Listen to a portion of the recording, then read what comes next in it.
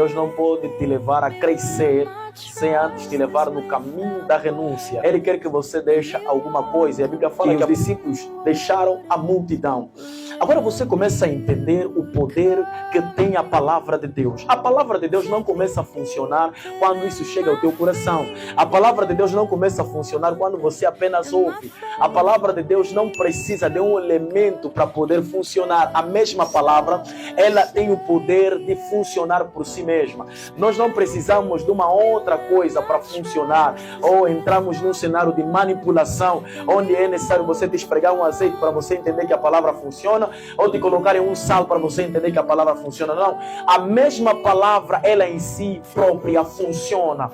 As pessoas é que não têm a convicção certa, porque a palavra não começou a funcionar antes contigo, a palavra começou a funcionar desde o princípio. A Bíblia fala que Deus disse, haja luz, e houve luz. Deus não trouxe, Deus não tocou, Deus não se moveu, Deus disse e a palavra gerou acontecimento. Então tudo quanto você vai ouvir nesta noite, quando você agarrar no teu coração, imprime essa palavra e consiga traduzir, porque pode gerar acontecimento. Onde que está o fracasso hoje em dia das nossas igrejas? É que não há escassez da palavra, mas há escassez de pessoas que não conseguem catar a palavra de Deus, não conseguem receber a palavra de Deus. Você olha na Bíblia Sagrada muitas histórias de pessoas que não precisavam ficar com Jesus de perto, não precisavam simplesmente ser do nível de discípulo, eles só precisavam crer na palavra e a palavra funcionou com eles. Você entende? A mulher do fluxo de sangue não precisou andar muito tempo com Jesus, não assistiu quando Jesus multiplicou os pães, não assistiu quando Jesus curou muitas pessoas. Ela por si mesma decidiu, disse, tão somente eu tocar, eu serei curada. Você entende que ela não precisou de alguma outra coisa para funcionar, ela creu que a palavra por si mesma funciona. Então se eu tocar em Jesus, ninguém pode me pregar uma outra mensagem a não ser essa. Ela andou aonde estava até chegar a Jesus com essa pregação, se tão somente tocar, eu serei curada, se tão somente tocar, eu serei curada. Imagina um episódio de uma mulher que está andando com uma palavra, que ela sabe que essa palavra funciona. Imagina ela entrar na cidade e dizer, olha, você não precisa entrar aqui porque você está impura, mas ela crê que a palavra funciona. Quando chegou até Jesus, não precisou falar com Jesus, não precisou sentar com Jesus, só tocou e a palavra funcionou na vida dele. Eu vou pregar para você, se você crê nessa palavra que eu vou pregar nesta noite, ela pode gerar acontecimento na tua casa, na tua família, nos teus negócios, aonde você colocar a mão. Não precisa de alguém que fala, tem que colocar uma substância, não. A mesma palavra funciona. Se essa tocou de perto e recebeu poder, imagina alguém que estava de longe, que não precisou estar com Jesus, um homem general, alguém que era considerado de muita influência na política, de muita influência na nação. Ele tinha alguém que estava doente em sua casa, disse aos servos, vão ter com Jesus, eu não vou ter com ele, nem ele vai ter comigo, mas falam para ele mandar apenas uma palavra, e a palavra que ele vai mandar, de certeza que o meu criado vai ficar curado. Olha a fé deste homem, ele não foi ter com Jesus, nem Jesus vai ter com ele, até a distância. Quer dizer que a palavra rompe o poder da distância. A palavra pode ir mais longe do que os teus pés, a palavra pode ir mais longe do que as tuas mãos.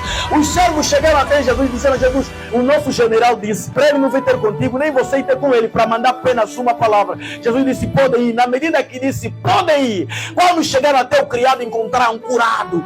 Aí Jesus disse, nunca conheci em Israel um homem com essa fé. Sabe qual é a fé? É um homem que entende que o mesmo Deus que opera na proximidade é o mesmo que opera na distância. Não há barreira quando você crê que o poder da palavra funciona na tua família. Eu vou dizer que existem armas que matam de perto, mas a palavra mata de perto, ela funciona de perto e também funciona de longe. Não importa onde está a doença, e a palavra vai mais longe. A palavra não fala apenas com quem causou, a palavra também fala com a causa, a palavra fala com a situação, a palavra fala com o que está a doer. Eu vou dizer, os médicos não podem falar com dor de cabeça, mas você pode falar. Os médicos não podem falar com a crise, mas você pode falar. Eu vou dizer que a Cida pode não ouvir os médicos, mas pode ouvir alguém que tem fé em Cristo Jesus. Jesus vai dizer, passemos para outra banda. É um sinal que Jesus quer mexer os discípulos. Ele não quer esforçar eles, mas quer levar num nível de fé. Não quer estimular os sentimentos. A fé não é o quanto você sente, é o quanto você crê em Deus. Não é o quanto está a cuidar, mas é o quanto você crê que isso vai acontecer. Ele disse, passemos para outra banda. O versículo 5 está dizendo, chegaram. Mas no versículo 35 está a dizer que passemos para outra banda. Mas desde o capítulo 4 ao capítulo 5 passaram muitos episódios.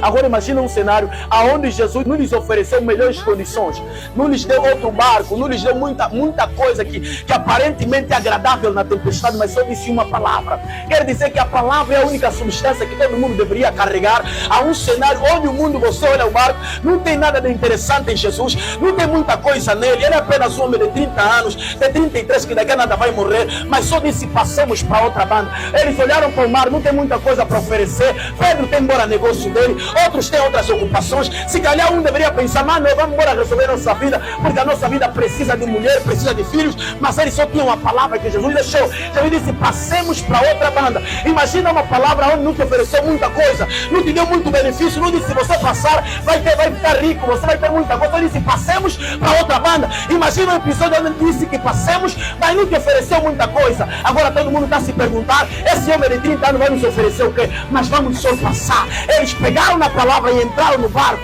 Só que quando Jesus disse passemos, Jesus não explicou a tempestade no meio, só disse que passemos. Jesus não disse que vai vir um mar que vai ficar muito bravo com vocês. Jesus não disse passemos. Na mente que vamos chegar, mas no meio tem tempestade. Na mente que vamos chegar, mas no meio tem lutas. Agora imagina Jesus que não disse que vamos ter luta. Se calhar Jesus deve estar mentindo ou nos falou uma pregação que não existe, mas essa pregação mesmo que você precisa ouvir. Ele vai te dizer passemos, mas não passemos que ocultou tempestade em você. Ele quer testar o nível da tua fé, e o nível da tua fé está escondida no nível das tuas lutas. Então passaram na tempestade. A Bíblia fala que ele estava a dormir. Como pode alguém dormir diante de uma chuva? Como pode alguém dormir diante de uma tempestade? Como pode alguém dormir diante de umas lutas?